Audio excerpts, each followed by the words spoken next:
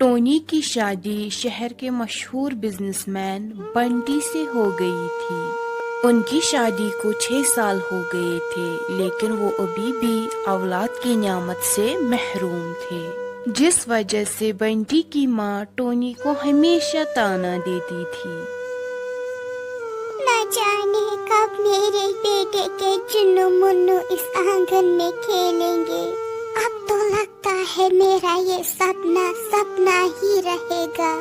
पता नहीं कौन सा वो मनहूस दिन था जब ये बांझ मेरे बेटे के पल्ले पड़ गई। माँ जी, आप ऐसा क्यों बोल रही हो? मैं और बंटी जी कोशिश तो कर रहे हैं ना, और हम क्या कर सकते हैं? ये सब तो ऊपर वाले के हाथ में है। कोशिश करने से क्या होगा जब माल ही खराब हो। माँ जी, आप ऐसा क्यों बोल रही हो? चुप करो तुम दोनों के हर रोज इस झगड़े से तंग आ गया हूँ मैं। देख बंटी बेटा, तेरा तो मुझे पता नहीं, लेकिन मुझे दादी बनने का बहुत ही शौक है, और तुम्हें ही मेरा शौक पूरा करना ही होगा। छोड़ो फिलहाल ये सब। टोनी, जाओ मेरे लिए एक कप चाय लाओ, मुझे ऑफिस जाना है, एक जरूरी मीटिंग है। ठीक है बंटी जी, मैं आपके लिए चाय बनाती हूँ। बंटी बेटा, तू मेरी बात मान ले, तू किसी और से शादी कर ले। कमी तो टोनी में है ना, लेकिन तू तो बाप बन सकता है ना।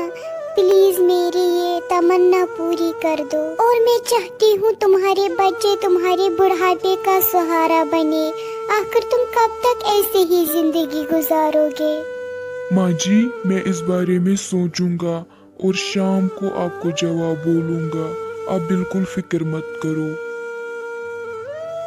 बंटी जी, आपकी चाय।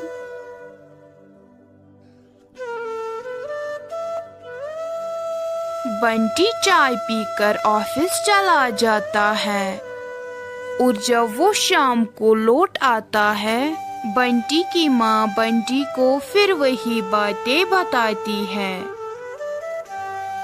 पहले तो बंटी माँ की बातों को इग्नोर करता है, लेकिन आखिरकार वो कहने पर मजबूर होता है। अच्छा माँ, अगर मैं शादी कर भी लूँ तो मुझसे शादी करेगा कौन? टोनी के होते हुए मुझसे कौन शादी करेगा? तुम उसकी फिक्र मत करो, मेरी एक अच्छी दोस्त है, उसकी एक खूबसूरत बेटी है, वो बहुत ही गरीब है। मुझे उम्मीद है वो मेरी बात जरूर मानेंगे। अगर आपको लगता है वो आपकी बात मानेंगे तो बात करके देख ही लो। ठीक है बेटा, हम दोनों कल उनके घर जाएंगे और उनसे बात करेंगे। दूसरे दिन सूरज निकलते ही बंटी और बंटी की माँ अपनी दोस्त के घर उनसे मिलने जाते हैं।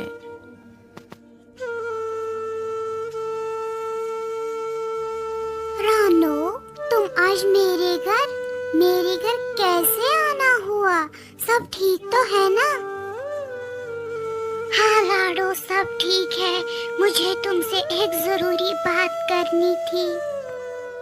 हाँ बोलो मेरी दोस्त, क्या बात करनी है? देख लाडो, घुमा फिरा कर तो मुझे बात करनी आती ही नहीं है, मैं सीधे सीधे बोल देती हूँ। मैं अपने बेटे बंटी की शादी आपकी बेटी सुहानी से करना चाहती हूँ, मगर बंटी की शादी तो हो चुकी है। हाँ, शादी तो हो चुकी है, पर तुम्हें पता है टोनी कभी माँ बन ही नहीं सकती, इसीलिए मैं सुहानी को अपनी बहू बनाना चाहती हूँ। मैं तुमसे वादा करती हूँ, हम इसे हमेशा खुश रखेंगे। टोनी का क्या, आज नहीं तो कल उसे उस घर से निकलना ही होगा। आखिर वो कब तक उस घर में रहेगी? लाडो लालच में आ जाती है और उन दोनों की शादी कर देते हैं। अब ये तीनों मिलकर टोनी से बहुत बुरा सलूक करते हैं और उन्हें एक नौकरानी की तरह समझते हैं। के लिए खाना बनाओ। जी माँ जी, मैं बना देती हूँ। मैं दाल रोटी नहीं खाती हूँ, मेरे लिए पुलाव बनाना टोनी। ठीक है बहन, मैं बना दूंगी। टोनी घर का सारा काम कर देती थी, लेकिन इसके बावजूद भी ये लोग इस पे बहुत ज्यादा जुल्म करते थे। एक दिन टोनी बीमार थी और वो अपने कमरे में सो रही थी। तभी उसकी सास आती है और टोनी को घसीट कर लाती है। माँ जी मुझे छोड़ दो। माँ जी, मैंने क्या किया? माँ जी, मैं बीमार हूँ, मुझे छोड़ दो। कल मोहिनी सुबह से सो रही है, मुफ्त की रोटियां तोड़ेगी क्या? दफा हो जाओ मेरे घर से, चली जाओ यहाँ से। माँ जी, मैं कहाँ जाऊंगी? माँ जी, मेरा इस दुनिया में कोई नहीं है। माँ जी मुझे मत निकालो। निकाल दिया मैंने उस मनहूस टोनी को घर से। अब हम तीनों खुशी खुशी रहेंगे। ठीक क्या माँ जी? अब टोनी यहाँ रहकर क्या करती? मगर वो जाएगी कहाँ? उसका तो इस दुनिया में हमारे सिवा कोई भी नहीं है। तुम्हें उसकी फिक्र करने की कोई जरूरत नहीं है। सुहानी बेटा, जाओ हमारे लिए चाय बनाओ। ठीक है, मैं बना दूंगी। सुहानी चाय बनाने जाती है और जो ही वो किचन में पहुंचती है, उसे चक्कर आता है और वो गिर जाती है। बंटी साहब, माँ जी, बचाओ, कोई है क्या? वो जो ही चिल्लाने लगती है, तभी बंटी और बंटी की माँ आते हैं। सुहानी क्या हुआ? तुम ठीक तो हो ना? बंटी बेटा, जाओ डॉक्टर को बुला के लाओ।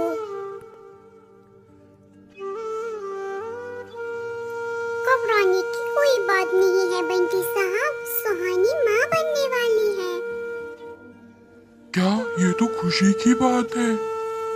हाँ, मैं इसे इंजेक्शन देती हूँ और कुछ दवाई लाना, और इसे आराम की सख्त जरूरत है। ठीक है डॉक्टर साहिबा, मैं लाऊंगा। अच्छा, मैं चलती हूँ। इसका ख्याल रखना बंटी साहब। सुहानी बेटा, आपने हमें जिंदगी की सबसे बड़ी खुशी दी है। मैं ये खुशखबरी सबको सुनाऊंगी और मिठाई भी बांटूंगी। बंटी, मेरी बेटी का ख्याल रखना।